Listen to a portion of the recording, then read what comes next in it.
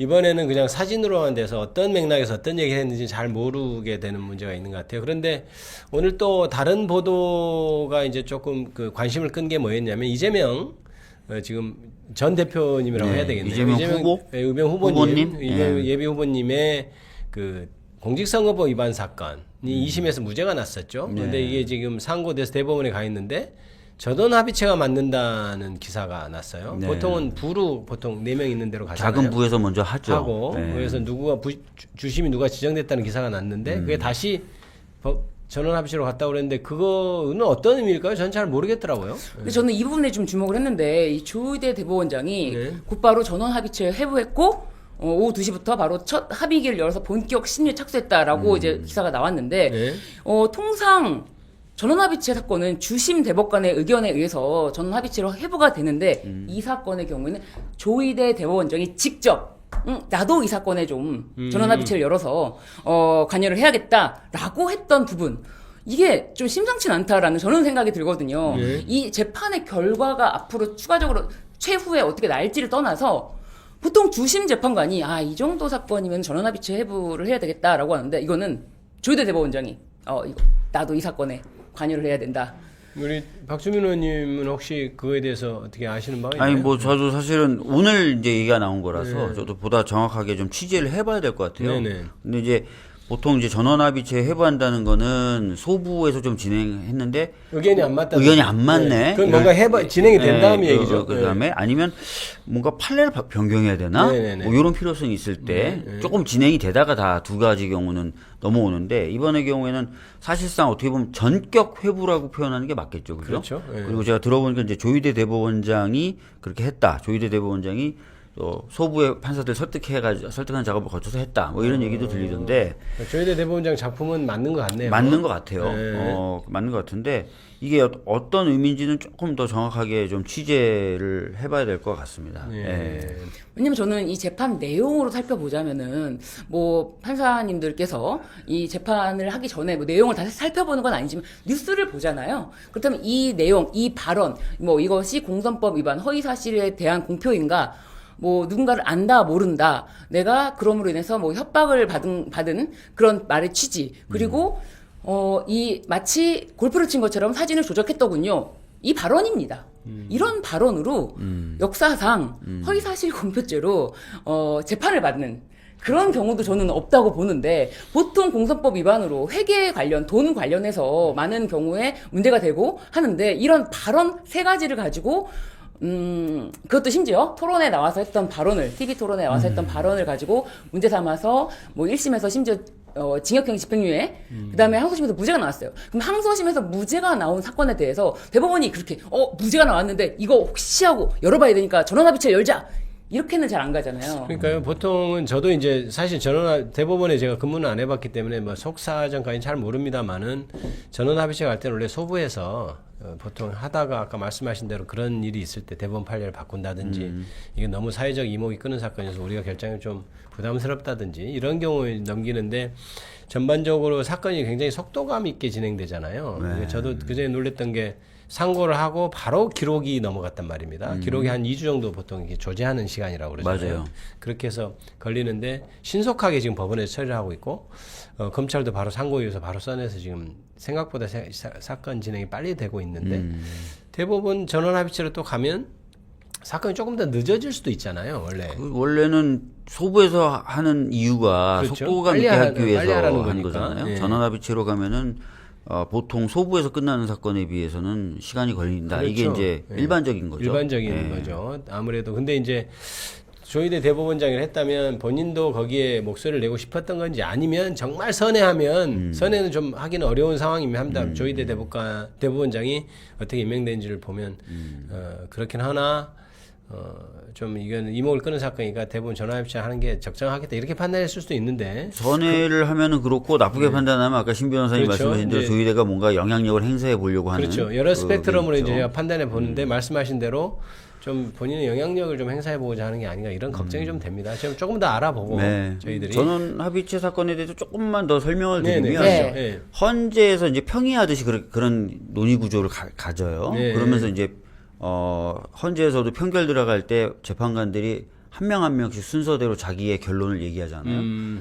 전화합의체도 똑같은 순서를 거칩니다. 대신에 이게 연차 낮은 순부터 예, 연차 말하자면. 낮은 순부터 얘기를 합니다. 그래서 뭐 상고기각이라는 건 이제 항소심의 결론, 즉 무죄를 유지하겠다 이런 그렇죠. 거고 아니다 뭔가 좀 해야 된다 뭐 이런 의견을 차례차례 내는데 그래서 이제 6명 이게 원래 재판관 중에 법원행정처장은 재판을 안 합니다.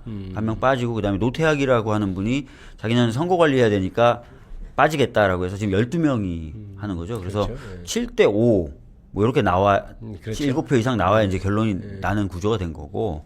그리고 참고로 말씀드리면 대법원장은 연차가 낮은 순부터 결론을 얘기하기 때문에 맨 마지막에 얘기하게 됩니다. 이런 거 아니에요. 나는 이런 결론인데 얘기해봐 이러진 않겠죠. 그러진 않겠죠. 예. 그런 식으로 진행된다. 이렇게 말씀 좀 드리겠습니다. 네, 과거 전원합의체 사건을 좀 보면 유명했던 사건을 볼까요? 이석기 통진당 내란선동 사건이라든지 한명숙 전 국무총리 정치자금법 위반 혐의 사건, 그다음에 땅콩해양에서 조현아 전무가 항로 변경한 거, 그거 이제 대부분 전원합의체를 판결했는데 아무래도 사회적 이목을 끄는 사건은 전원합의체에서 하는 경우가 있긴 있는 것 같아요. 근데 이거는 어떻게 되는지 조금 더 저희들이 취재해보고 말씀드리도록 하겠습니다. 저도 지금 할 시간이 조금 조희대 부족했어요. 대법원장께는 저는 드리고 싶은 말씀이 지금 어떻게 보면은 우리나라 국가를 상대로 국민들을 상대로 내란을 선동한 윤석열 내란 우두머리 피고인이 재판정에 지금 있는 이런 것에 대해서 좀 더 심도 깊게 살펴보시고 지기현 판사가 지금 소송지 제대로 잘 하고 있는 거 이거 좀 문제 있는데 이런 생각을 못 하실 망정 그렇죠. 지금 항소심에서 무죄가 나왔고 항소심 그 판결문이 굉장히 자세하고 그렇죠. 디테일하고 변호사님께서 보셨을 때 네, 네. 그렇죠. 저희도 읽어보니까 그렇더라고요. 더 이상 첨언이 필요가 없는 정도의 판결문이 나왔습니다. 자, 그러면 지금부터 잠시만 주목해 주시기 바랍니다.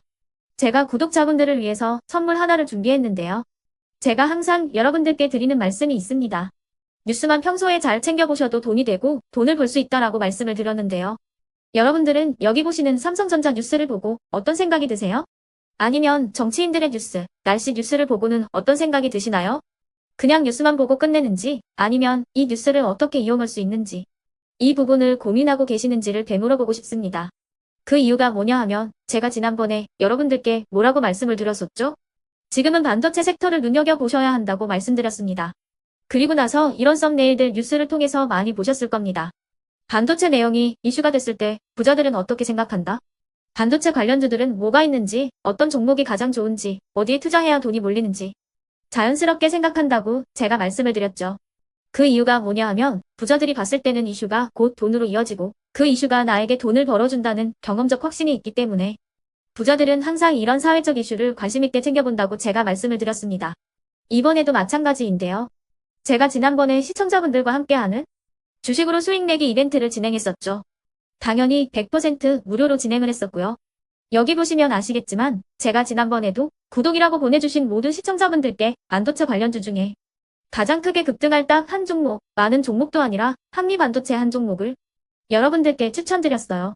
그러면서 여기 나와 있는 대로 정확히 얼마에 매수해야 하는지 그리고 수익률이 어느 정도 나왔을 때 팔아야 하는지를 이런 부분들까지 여러분들에게 정확히 알려드렸었는데 지금 실제로 어떻게 되었다? 오른쪽을 보시면 아시겠지만 제가 지난번 문자 발송으로 이 한미 반도체를 소개해드리고 나서 실제로 이렇게 5배 이상 어마무시한 상승이 나왔습니다. 100만 원만 투자를 했어도 무려 500만 원이 넘는 수익금이 생긴 거죠. 그래서 당시에도 굉장히 많은 분들이 제가 드린 이 한미 반도체로 수익을 내실 수가 있으셨을 텐데요. 다시 한번 축하드린다고 말씀을 드리겠고 이번에도 마찬가지입니다. 앞으로도 2024년, 2025년 계속해서 기대해볼 섹터는 AI입니다. 그 중에서도 AI 반도체는 그 누구도 부정할 수 없는 미래 성장 산업입니다. 그러면 우리가 어떻게 생각해 볼 수 있을까요? AI 반도체 종목 중에 앞으로 크게 대장 역할을 하면서 10배 이상 급등할 수 있는 텐베고 종목을 지금부터 열심히 추적해야 한다는 겁니다. 큰 돈을 투자하지 않더라도 월급의 일부분 아주 소액이라도 이 종목을 모아가야 수백 %의 수익률을 손에 쥘 수 있는 것이죠.